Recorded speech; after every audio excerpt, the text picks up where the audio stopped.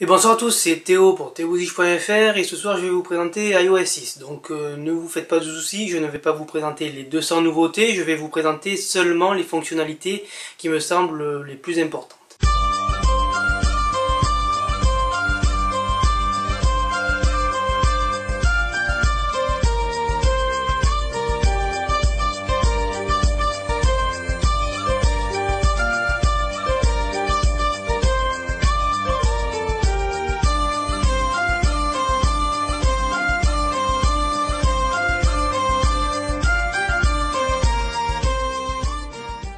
Alors tout d'abord, si je ne vous ai pas tourné ce podcast bien plus tôt, c'est tout simplement parce que j'avais oublié d'amener avec moi à l'appart l'appareil photo. Et donc ça, appareil photo, on ne va pas bien loin pour tourner un podcast.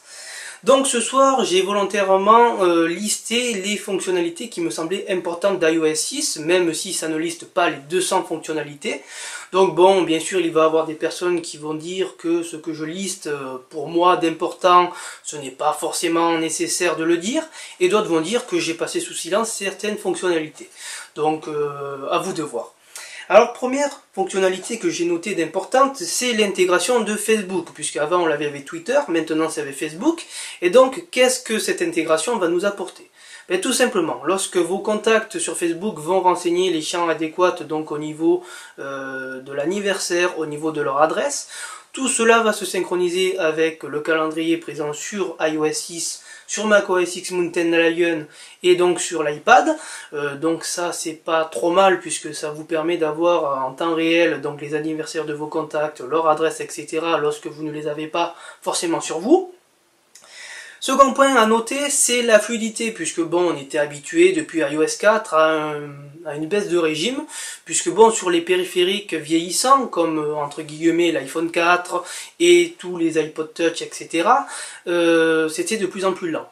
Et donc il était vraiment temps que Apple fasse quelque chose au niveau de la fluidité, et c'est donc chose faite maintenant avec iOS 6. Troisième point, c'est le plan qui a été modifié, puisqu'avant on était en partenariat avec Google Maps, maintenant c'est avec TomTom. Donc on se retrouve vraiment avec une application plan qui marche très bien, enfin plus ou moins bien.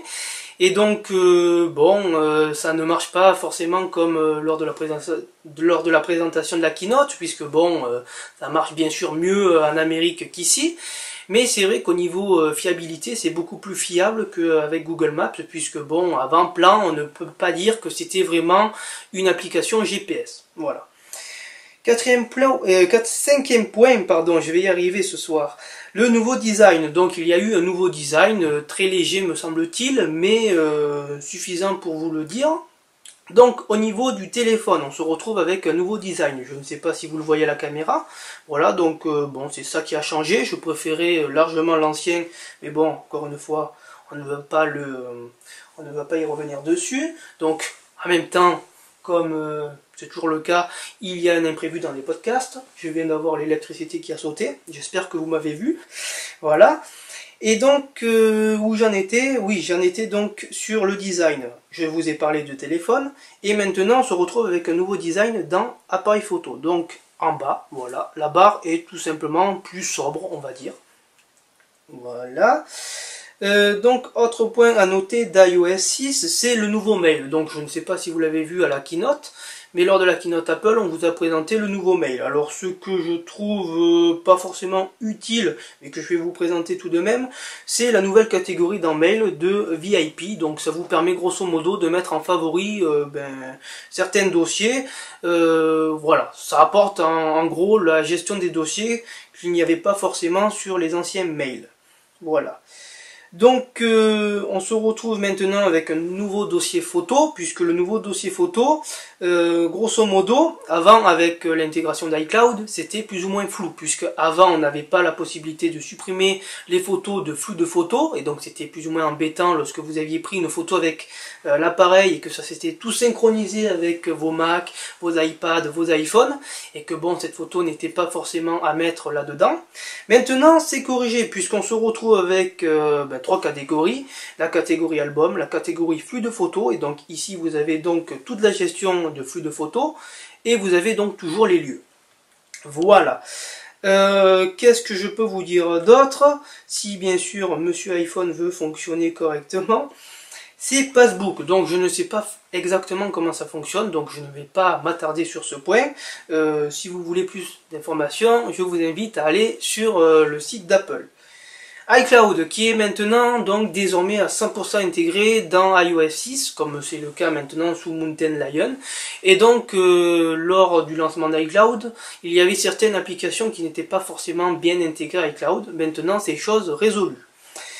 On se retrouve donc avec un App Store de nouveau, toujours le même, mais qui a été grandement revu, puisqu'au niveau design et au niveau fonctionnalité, on se retrouve tout simplement avec un nouveau design, mais la grosse nouveauté, c'est que maintenant, on n'a plus besoin forcément de rentrer tout le temps à chaque nouvelle application son mot de passe. Et donc, c'est vraiment quelque chose d'utile, voilà, surtout lorsque vous téléchargez pas mal.